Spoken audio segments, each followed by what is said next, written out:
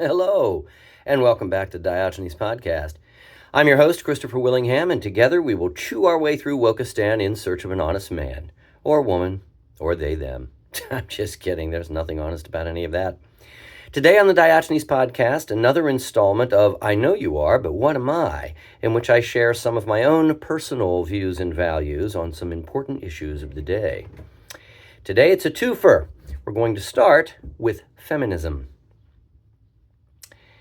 I support and encourage all women as adult human females to exercise their constitutional rights and privileges and to achieve and assume any and all social and professional roles for which they are qualified as individuals with benefits and responsibilities commensurate with performance and without inappropriate sexual objectification or mistreatment of any kind. I oppose the feminization of discourse and the gynocratic reorganization of cultural institutions, academic curricula, the arts, media, and psychotherapy. I oppose the renorming of mores that stigmatizes traditionally feminine gender roles, i.e. sex-typed behaviors, as exclusive artifacts of an oppressive patriarchy. I oppose the absurdly exaggerated presentation of women as badass girl bosses, one that encourages female hostility, incivility, and abusiveness to a degree that would never be tolerated in men. I oppose the spiteful and unfalsifiable postmodern theories increasingly weaponized to pathologize masculinity and socially neuter men, and are used especially to marginalize young boys. I reject the claim that women continue to earn less than men when statistics show clearly that this is not the case, especially when adjusted for length of matriculation, occupational choice, physical performance differentials, longitudinal work history, overtime, hazard pay, and maternity leave. Socially, women are succeeding by every meaningful metric, while men are falling behind drastically and dying earlier at an overwhelmingly greater rate, especially through deaths of despair. I not only oppose, but protest against the ongoing sentiment that men are expendable in wars, martial and cultural, while women remain a protected class, originally as a function of their secondary social status, in modernity as a function of their increasing privilege and spiteful sense of entitlement. Male and female constitute a biological binary within which many social roles and sex-typed behaviors overlap, and from which many cannot be wholly disassociated or exchanged. Such gendered roles and capacities should be seen as natural and complementary, not socially constructed and oppressive, although they can be misused in that way for both sexes.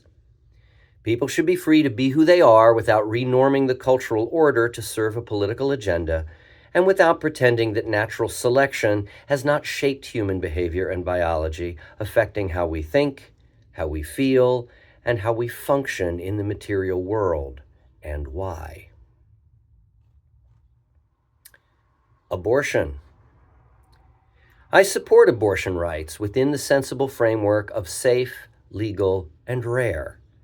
Rape, incest, and maternal safety are obvious considerations. I oppose the legal double standard of eliminating male partners from the pregnancy termination calculus, while compelling them to provide lifetime support for unplanned or unwanted pregnancies carried to term. I similarly oppose reflexive maternal bias in divorce and custody settlements. Both sexes must own their respective responsibilities, but female gestation does not justify male indentured servitude. Pro-choice arguments are predicated on liberal conceptions of individual rights and bodily autonomy. By definition, these must extend to include men. Pregnancies outside the bounds of marriage impinge differently on each sex, but must be accountable to a common standard.